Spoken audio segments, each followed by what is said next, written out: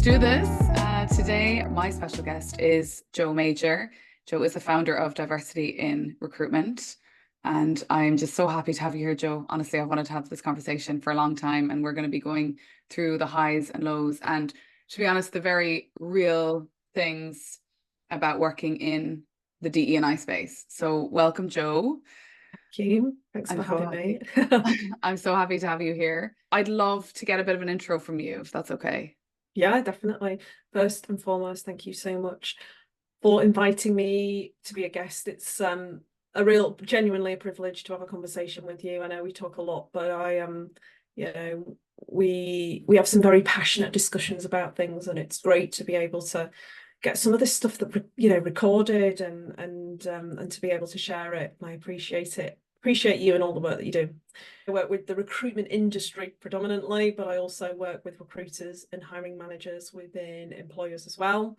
I have the task of helping recruiters and hiring managers get to grips with diversity, inclusion, equity, equality in relation to the role of somebody who wants to attract talent. I help organizations connect their hiring and TA strategy into their overall ED&I work. And I am also there as a critical friend to advise them when perhaps they might not be ready to do that. The strap line to all my work is, I am not here to help businesses, whether it be recruitment firms or employers, hire themselves out of their diversity issues, right? They need to get their house in order first. Love that. And then I can help them provide ethical and fair recruitment processes. That's my gig. That's what I'm here for. Amazing. Oh my God, there's just so much to this. Hard space to be in. I know you do a lot of work with recruitment agencies, and obviously you and I met at a recruitment agency. We both know what that would involve and the type of demographic that you'd be dealing with, and that's not easy. So I really applaud you on that. Joe, I applaud myself on that. Because you know what? When I set my business, loads of people were like, what are you thinking about, right? This is going to be incredibly hard. This is going to be like pushing a lake up a mountain. Surely you should just go into that employer space. Why the recruitment industry? And I was like, you know what? Why not? No one else seems to be doing it. And I think that the recruitment industry has got the power to really, shift the dial on this stuff. It does. And like you told me before, when I was having an absolute moan about the whole recruit, because I was working with a recruitment agency as well, which I don't normally do. And you just said they're the ones that need it the most, and they are. But it's just really hard to be in that space when you're they need it the most. Yeah, they absolutely do. It's a crazy industry. There's so much awful stuff happening within the recruitment industry. I think just by nature of the design of an agency recruitment company and how it's just all about commission, but you've got people's careers, people's livelihoods in your hands at all times. It's so wild to think about how kind of deregulated it is.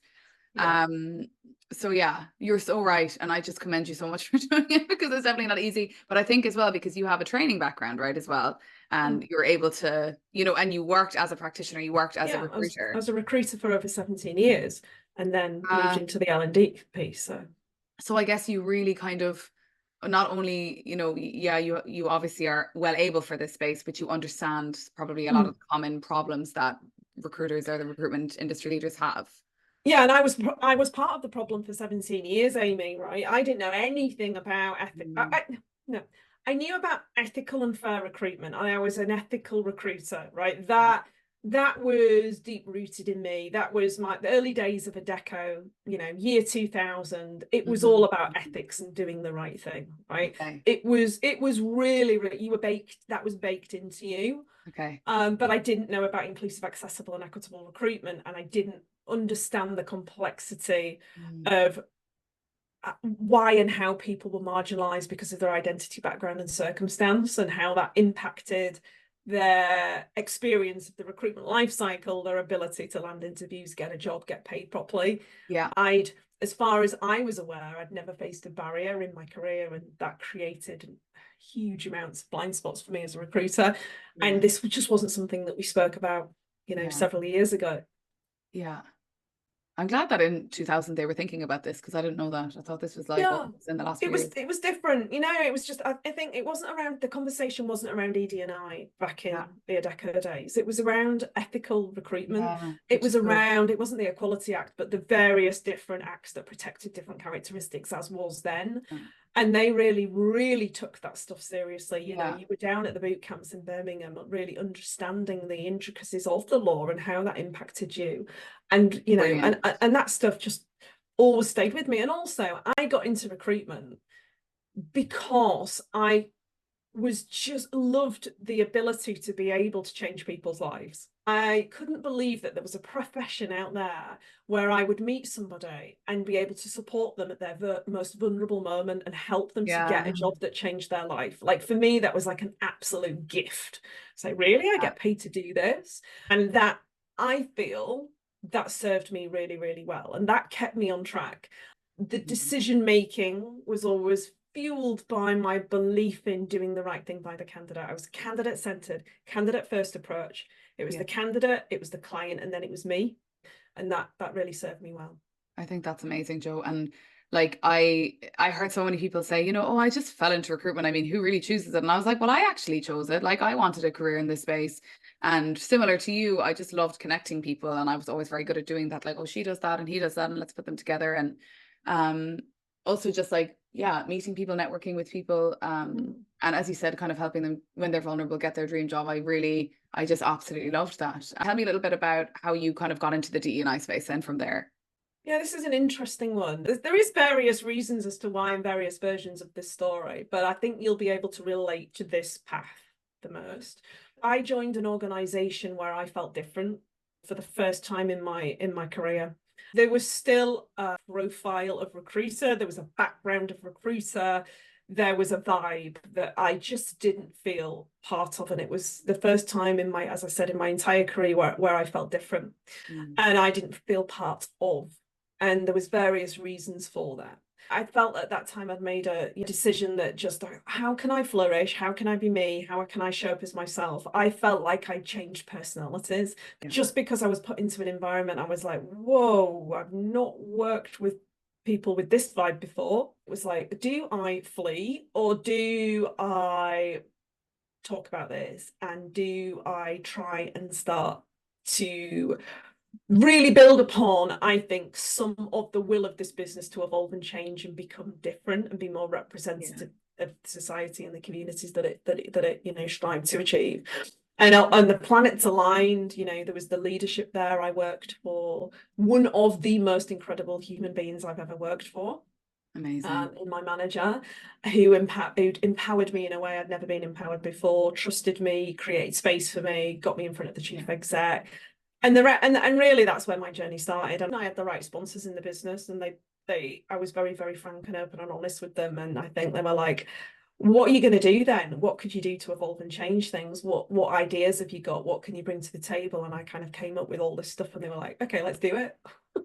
Amazing. And that's, you know, and that's where it really started. Just having that amazing sponsor, a manager that trusted me, and being in a business with loads of work to do. Yeah. Yeah, that's it. And I think, like you said, just having someone to empower you, like a lot of people don't have that. And No, I think no. being able to have that, it was almost like the perfect storm in a good It was way. the perfect storm. And I accept and acknowledge the privilege that, you Yeah, know, totally. that was my situation is surrounded in. Do you know what I mean? Yes. Yeah, having privilege is not, this is the whole conversation about privilege, because people get really like upset about it. And I'm Oh, like, people get really upset about it, don't they? Like, yeah. we'd rather you didn't use the P word.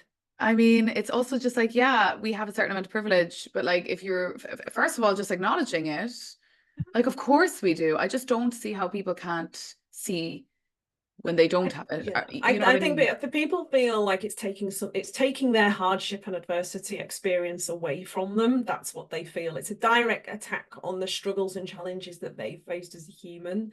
Yeah. And it's like, you know, when they start to really understand that no, that's not about that. We all face hardship and challenges and difficult things. I don't get upset by somebody telling me that because I am a white woman, I have not faced the same adversity, challenges, bias, prejudice, discrimination Yeah. As a Black woman, I'm here to listen and show up for that education. And Yes, I will dig deep to absolutely. really understand that. And I'm not going to be, it's not going to take anything away from me. It's going to add to my journey and my knowledge and the work that I do. And I just Yeah. kind of like, I don't understand why we're so protective over it. And we just can't have honest and open conversations around how our identity, background, and circumstances either gives us a leg up or it doesn't. Yes. I mean, this is a whole conversation when it comes to Yeah, it's a DEI. different podcast, Like, isn't I it? know that I mean, we could talk for hours about this, but like, Yeah, yeah. I just think so. I used to do kind of a lot of EDI stuff before, and I used to talk a lot about anti-racism, and I try and be an ally. Anytime you bring up racism to a group of white people, it's like you are the perpetrator in that moment. You Mm-hmm. talking about racism Mm-hmm. existing in a Mm-hmm. situation, or Mm-hmm. calling it out or whatever, Mm-hmm. or just even using the word, even acknowledging that it exists, Mm-hmm. is like gets people instantly on the defense. I think it's because of it's so many reasons, obviously. It's because of social conditioning, and it's So because yeah, of social media and how we're all in our echo mainstream chambers. media. Yeah. And mainstream media, and it's become like so politicized. And it's like, hang on a second, like I just care about the well-being of other people, just even people Mm. that don't look like me. How is that such a problem for people to get their heads around? And someone Mm. asked me recently, like, "Oh, are you one of the woke people?" And I was like, I don't know. It depends what you mean by woke. What do you Mm. mean by woke?" They couldn't Mm. answer the question. They were like, "Oh, I'm just joking." And I was like, you know what? Stop weaponizing the word woke, but even kind of understanding the whole landscape of, like, let's say racism or white supremacy or any of these things. It's like, It's just like, what, asking that question, what is it about what I'm saying that makes you feel so uncomfortable?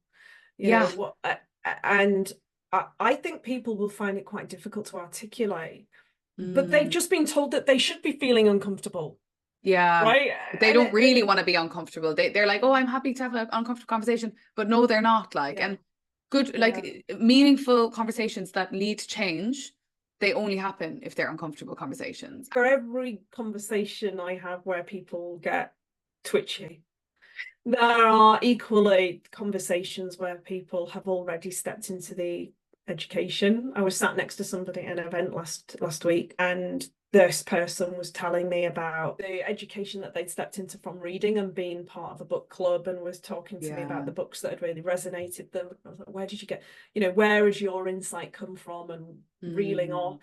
And that was my bias. I was like, sometimes I wrongly assume that people haven't stepped into that deep education. And this person was a senior director of a recruitment business. Normally I'm paid to go in and change the minds of people like this person. Yet this person Yeah. had already stepped into the education and had read all these books and was really comfortable with talking about how they'd educated and changed perspective and influenced the work that this person now does within their search consultancy. That's amazing.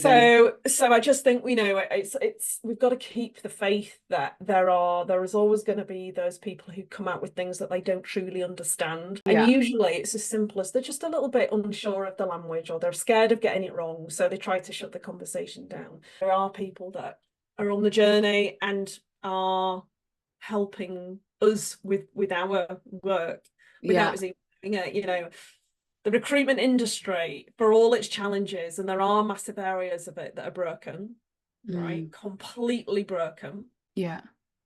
But there are also some people out there changing and wanting to be different and Yeah. striving to be different. And I think that it's going to look different in the future. You're right. And I do think as well, it's important to acknowledge that there is change. There is And change. like we have to celebrate, even if it's Yeah. tiny, we Yeah. have to celebrate that change, and we have to Yeah. kind of like allow it to motivate us to keep going. Yes. There's so many parts to this, but we're obviously two white women talking about race. And I think a lot more white people should be talking about it, because we are obviously the ones who kind of, not Yeah. us personally, but white people are the ones who kind of created racism and white supremacy and all these Yeah. different Yeah. things. Yeah. We will never understand. We don't have the lived experience, and I totally acknowledge that. And if But it, also, Amy, what we don't do is yeah, capitalize out of that. We talk about race, but we don't make money out of talking about race. We talk yes, about race from a place of being an ally. yeah, We don't talk about, we're not you know, we're not taking up the space that people of colour should be taking up from a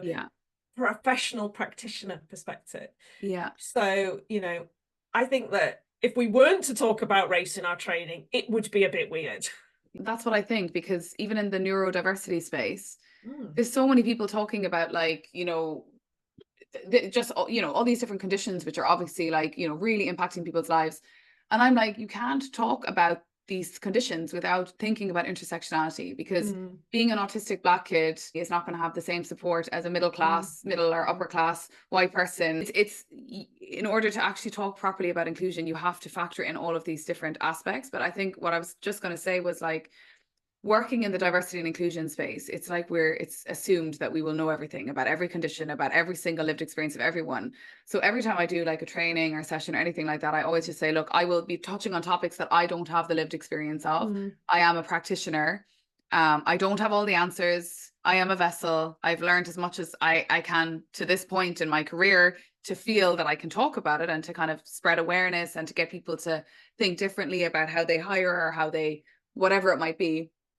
And I'd love to encourage more people to get into this space, but I know, like, I meet a lot of people that really want to get into it and really want to talk about it. And like you said, you know, in the recruitment industry, you had a few people that empowered and enabled you.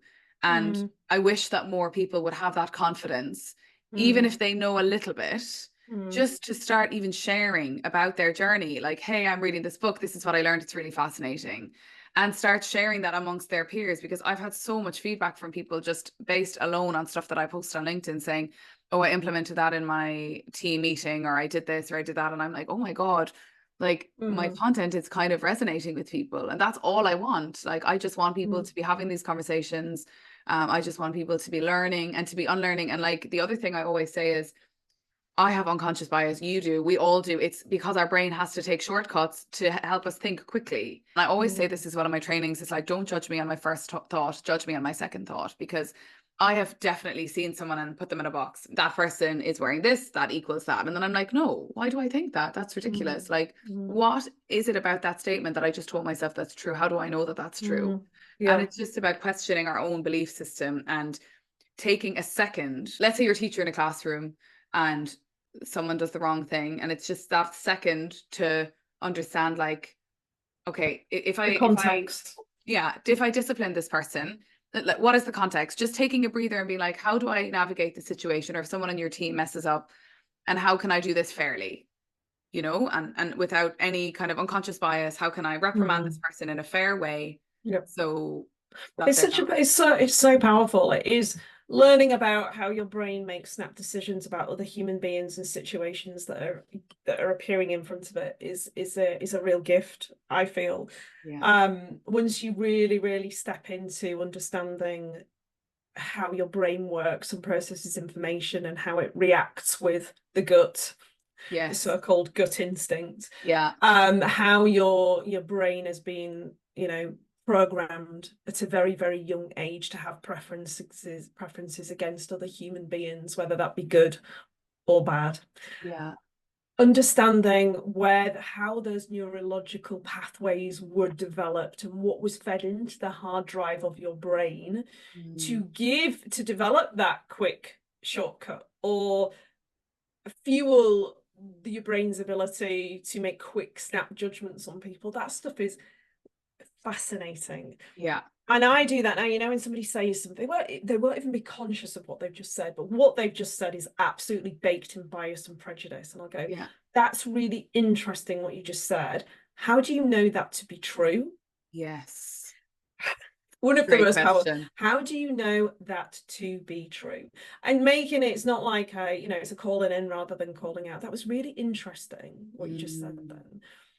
How do you know that to be true? Where did you get that from? I'm really interested. Can we talk about it? 9 times out of 10, it's going to have come from mainstream media, right? And then it leads to a really incredibly beautiful conversation around, did you know this? Did you know that? And that's where the hours and hours that you spent learning about this stuff as a practitioner, that's where you can pass on this. You need to be a little bit more aware of that. Did you know that 96% of the stuff that you've read has been written by this demographic? Did you know that particular newspaper literally makes this stuff up on a daily basis. Yeah.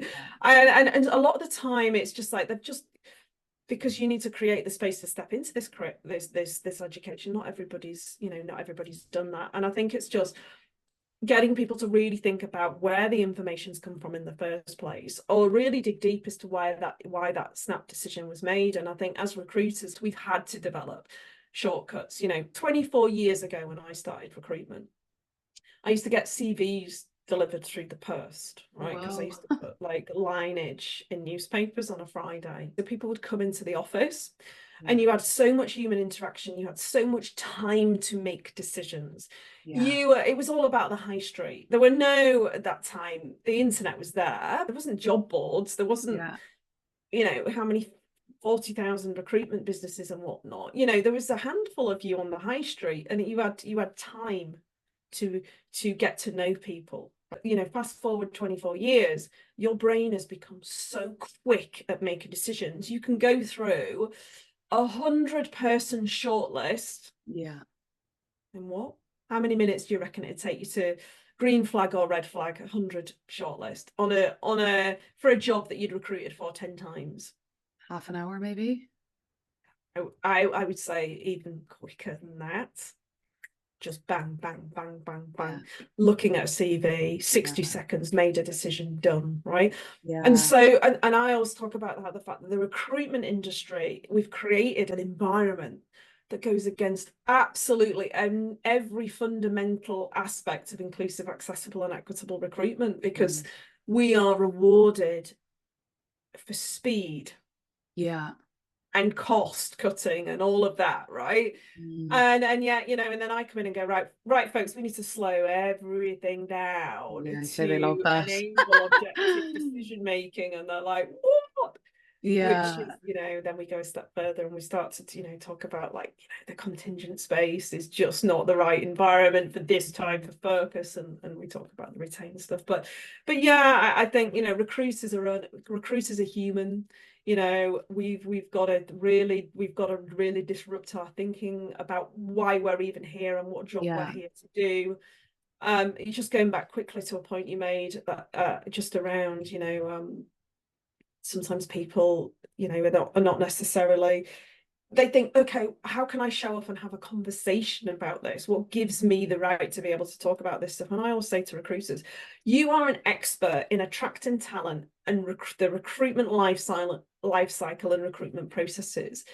I don't know anybody better qualified to talk about ED&I than a recruiter.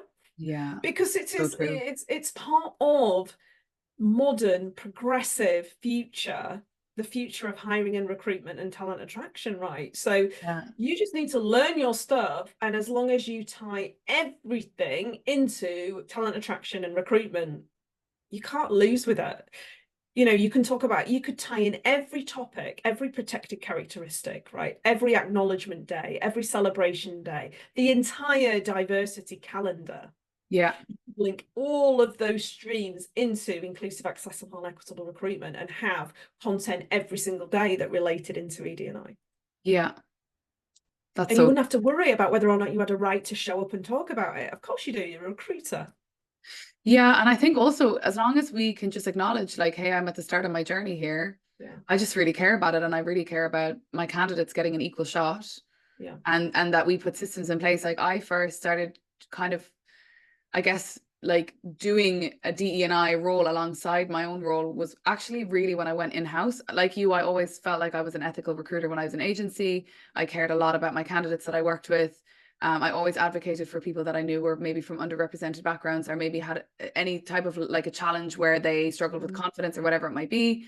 But it was when I went into my first in-house role, my pipeline was just the same type of profile. It was sales guys coming in, very middle class, spoke the same, acted the same, went to the same schools.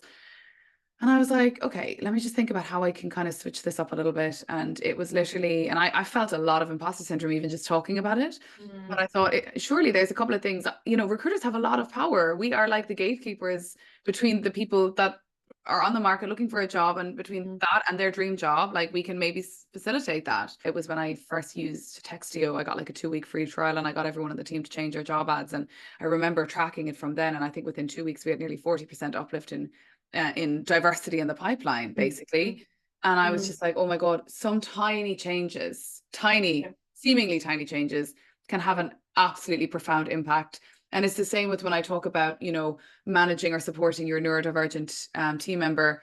If you literally do something as simple as send out meeting notes after a team meeting about who's doing what and when the deadlines are, giving concrete, straight information to people who are either autistic, ADHD, neurodivergent, whatever it might be, having that clarity. I know for me, having that after a team meeting, having a manager that just says things directly, gives me the what I need from you and when I need it by, it just makes my life so much easier and takes away so much stress. And with that energy that I'm not burning, stressing out about what am I actually meant to be doing right now, I'm able to be creative and I'm able to do other cool stuff. And then I'm just way better at my job and way happier.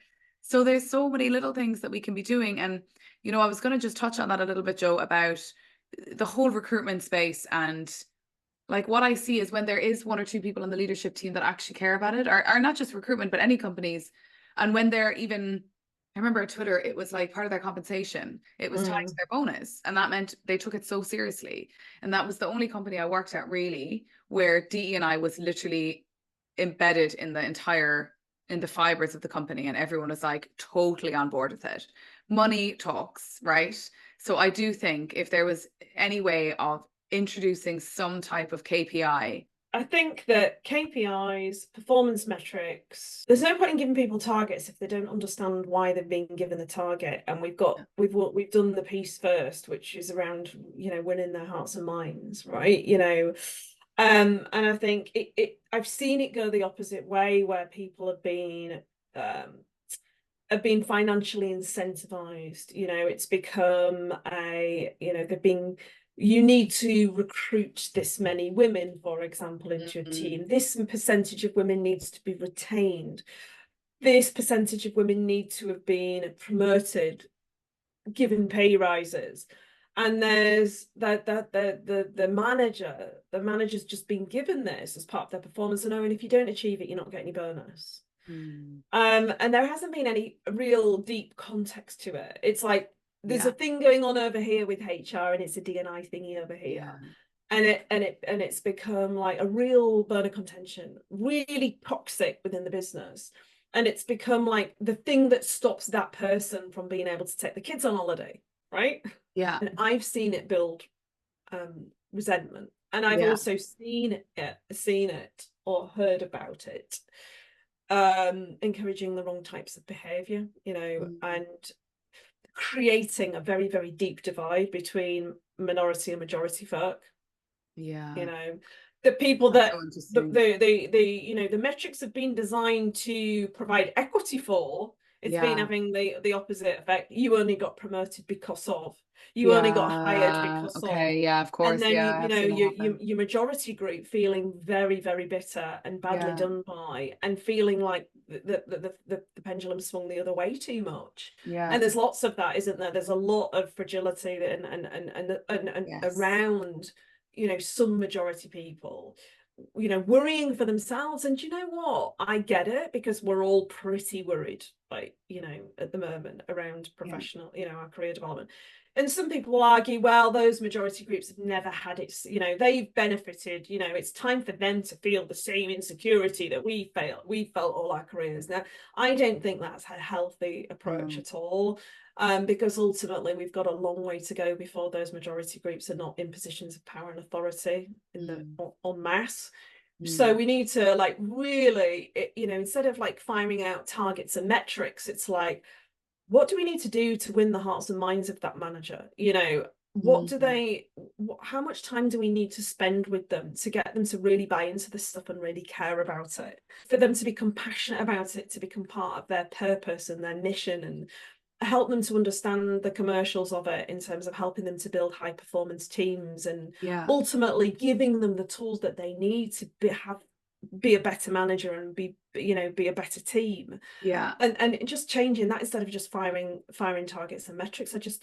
I personally just don't believe it works. One of the things that I talk a lot about is we never give candidates an opportunity to feedback on recruiter performance and recruiter experience. Now, our recruiters are usually targeted on feedback from clients, winning new business, winning jobs, right? Yeah. What happens if our recruiters actually we monitored their progress and performance based on their scores from candidates and feedback from candidates? Yeah.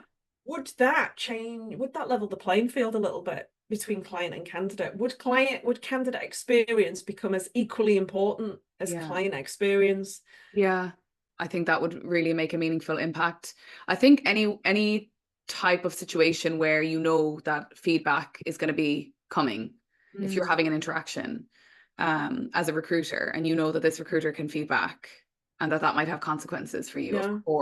of course, you're going to make an effort. It's just, the thing is, at the bottom of it all is accountability. And so many people don't have any accountability. And that is like a big problem. Like, we're not accountable to anything. And I know I totally agree with you with the whole KPI things, that they can go the wrong way. And you made another really good point about context. And I think it would be a really good idea for companies to tie them into the compensation in some way, so that people will actually take it seriously, but explain why it's important, and explain like how we can do that together. And it's like anything, any company vision, any project that you're managing or program or whatever it might be, when you have a group of people and you're trying to get people engaged in something or motivated to do something, if you show them what it is we are trying to achieve, like what is our vision for this particular thing that we're trying to do, maybe it's like create a equitable company, or create a, whatever it might be, something along those lines. And having everyone understand their impact in that and their role in that, I think is just so important to help people be motivated to change. Because as you said, I mean, diversity and inclusion, or whatever we want to call it, equity, none of this happens overnight. No. Yeah, and it's such a long, exhausting process. And it is really not for the faint-hearted. I mean, how many conversations have we had where we've just been like, I mean, I told you a few weeks ago, that was it. I was throwing in the towel. I'm done. I can't do it anymore. Because it is exhausting. And it's like, oh my God, you're dealing sometimes with like some real you just are. And people who are just so unbelievably removed from anyone that me or you would ever hang around with. And you're having to have these conversations, and they're just gaslighting you. And they're like, oh, no, that's not how I see it. And well, I watch GB News, and this is what this guy said, and that. And it's like, oh my God, give me a break. You're so kind of stuck deep into your echo chamber, listening to the same voices all the time, over and over again. And it's not everybody, right?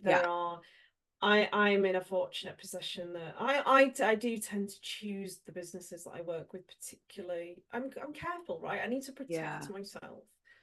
And if there's 25,000 red flags during the initial conversation, I'm already like, oh, I think I could recommend you take a different route, because I know that my experience in that business isn't going to be good for me, and you know what? Whatever I'm paid to go into that organization, it is not worth how deeply that negative experience will impact me. And I say, it is not my job to come into your organization to prove that people are marginalized because of their identity. It's not my job to prove that inequality is a thing that happens to people. I'm not here to make your people believe that, and and I don't want to talk them into it.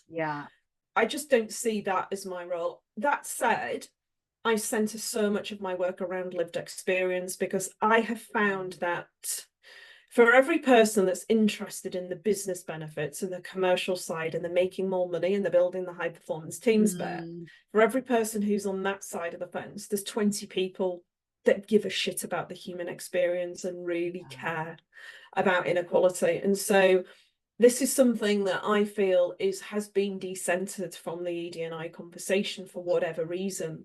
Perhaps because it's just not palatable for some people, and people get really, really aggy about it. They don't like it at all a lot of the time. Whenever you start to center marginalized people into everything that you train on, the conversation's very, very different, right? And it's very, very important that you tell stories, and and you talk about lived experience, not that your lived experience, because I talk about all the nonsense things that I used to do as a recruiter, and that's enough, right? I don't start delving into my identity, because that's not my choice to not bring that into the training room. But I spend a lot of time reading and listening and researching and listening to the stories and the voices of other people, right? I was only at an event the other week where there was some pushback on something that I'd said about the lived experience of marginalized people in the recruitment industry. And I was like, my job right, is to train.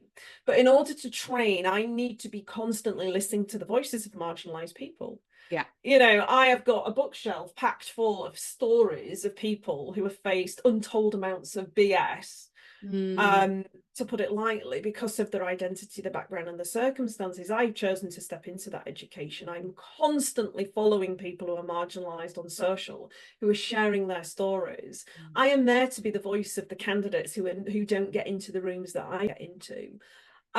So I feel that I'm in a better position to tell you about what's actually going on to that group of marginalized people, despite all your best efforts and the good stuff that your company's doing. It might not be happening on your watch, but I can tell you it's happening on the watches of 20 other businesses that person's had an interaction with. Yes. So, you know, it's kind of like when you get people to walk in the shoes, or to try and walk in the shoes of somebody who faces a barrier, for simply being themselves, that's when I feel that there's a switch that's flipped, and it becomes a me issue, a me challenge, a me responsibility, because you can feel that as a person you don't have a marginalized identity, but then you start to look at the kids, and then you start to look at your partner and your sister and your mother or your dad or whatever, and your best mates, and then your middle circle, and then your outer circle. I would say you would really, really struggle to find somebody you didn't care about who had a marginalized identity. And it's like, so all of this stuff that I'm telling you here, this could apply to your children, who you've already told me you've got a child who's neurodivergent, or you've got a child with a disability, or you've just told me that your wife's pregnant, or you've just told me that you've just had an ADHD diagnosis. So it's all about, like, that we're not talking about like what's the word that people love to use? Disadvantaged. I hate that word. We're not talking about this small disadvantaged community that sits over here, right? We're talking about, if we really, really do the maths and crunch the numbers on this, we're talking about half of the working population that will face a barrier, discrimination, bias, or preference for simply being themselves. And all of us have a very, very close link to those people, if that's not us. And I think it's that humanizing the stuff that we talk about and getting people to care and give a shit is the groundwork. And then, so that's a big part of what I do. It has the most, when I think about like all the different component parts of my training program, it's when I talk about lived experience, it's when I bring in those stories. And there's storytelling. You mentioned what you said, gaslighting. There is still the gaslighting that goes on. I get this happens to me all the time. That cannot be true. I don't believe you. That is just your interpretation, yada yada yada. And you're just like, oh, that's really interesting, because there's about 26 books that's been written on this. So you're saying that we're all wrong and we didn't really experience it. We just interpreted it in the wrong way. Yeah, I mean, well, we live in a world full of like fake news and propaganda, first from self-serving people. So I think we've all seen that now. And if we haven't, then I don't know, head is in the sand, like we've been hiding in some hole somewhere. And I think it's literally down to, what you said earlier was really interesting about, rather than, no, this is how it is, more so, when someone challenges you on something, or you have opposing opinions. I'm so happy to have a conversation with someone who has a different perspective than mine, or different political view, whatever.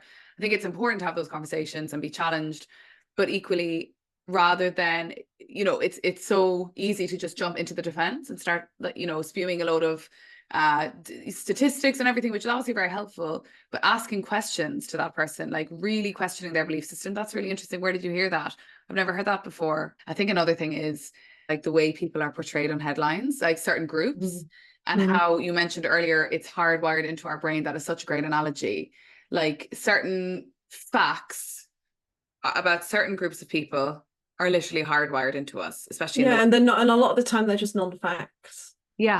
It was just like, a lot of it is simply just not true. And I often find when somebody has, an opinion, or expresses an opinion about something, that I'm like, whoa, you just said that out loud? It will often be based, where did that come from? It's really interesting, isn't it? Because, I often thought this, and use your own examples. One of the most powerful things you can say is, where did that belief come from? Where did you find that out? I just read it, or most people can't recall it. And I Yeah. often think it gives you an idea of how you're both entering the conversation then, and how far you go with it. You know, if somebody Mm. says to you, well, I've just read this book, and you're like, ah, okay.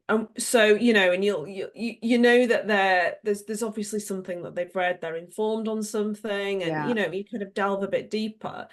If somebody says that, and this is, I know this sounds absolutely ridiculous, but some people will genuinely say, I read this in a paper. I go, Mm. what paper? And they're The like, Daily Mail. yeah, yeah. And I always use my granddad as as an example.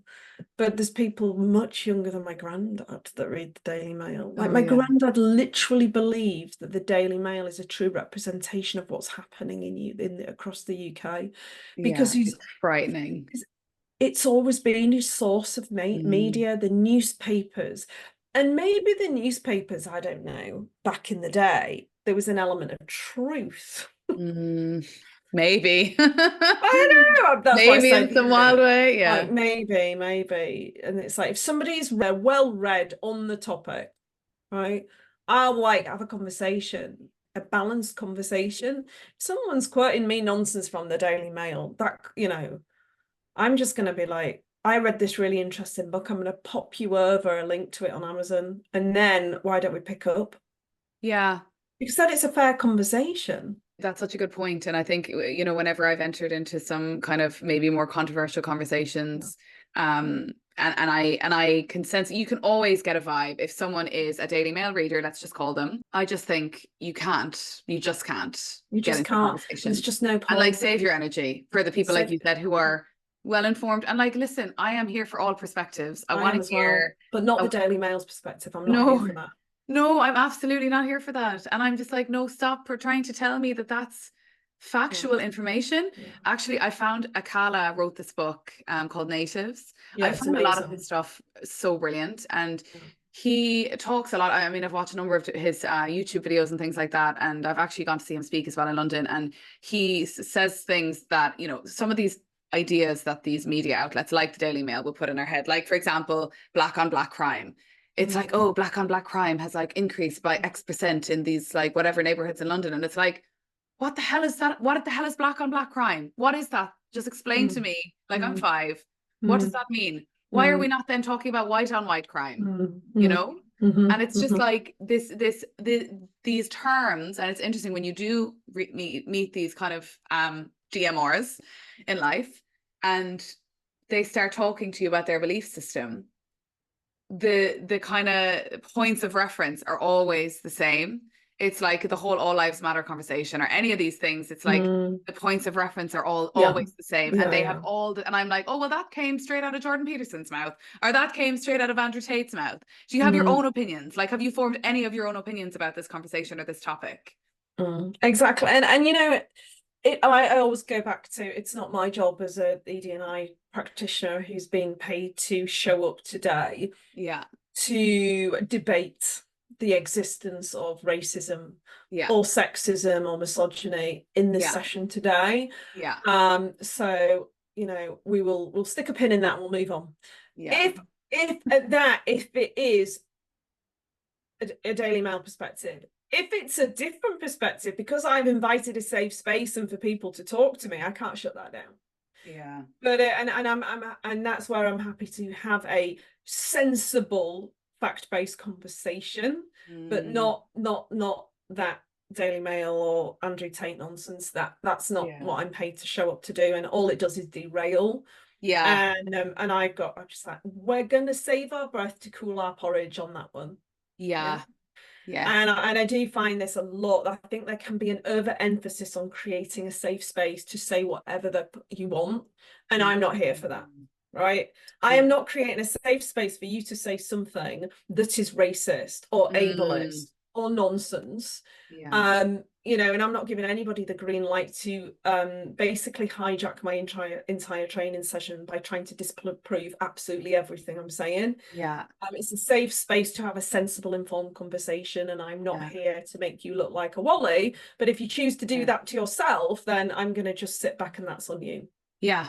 Yeah, I love that, because it is a balance of like, yes, it has to be a safe space, but within the parameters of Yeah. inclusion and Not respect a, for one not a another. license to be a dickhead. Yeah. Yes.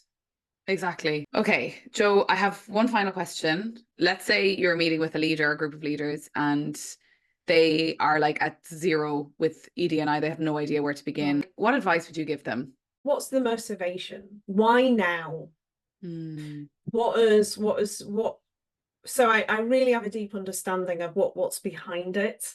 yeah. And then I think you can then, what to then, bring in as your first step suggestion. Yeah. So I need to know where their head's at and what their motivation is. I will always ask them, what's your background? Have you done any reading? Do you read? Yeah. Do you listen?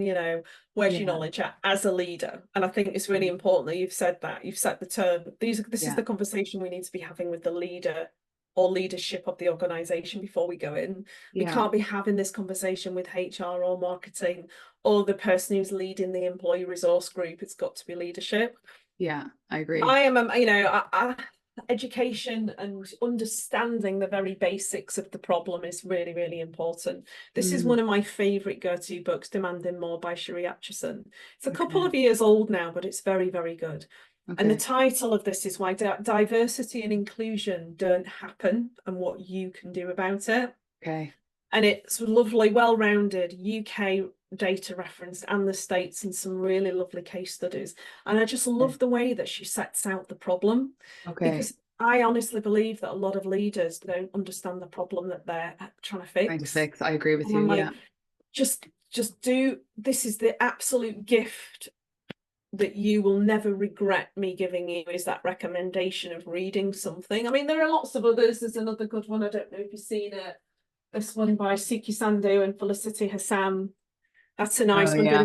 bit of a cheeky title, but these are the Yeah. ABCs, right? These are the absolute ABCs. Yeah. No, not everyone's listening on the video, not everyone's watching, but this one, A Judgment-Free Guide to Diversity and Inclusion for Straight White Men.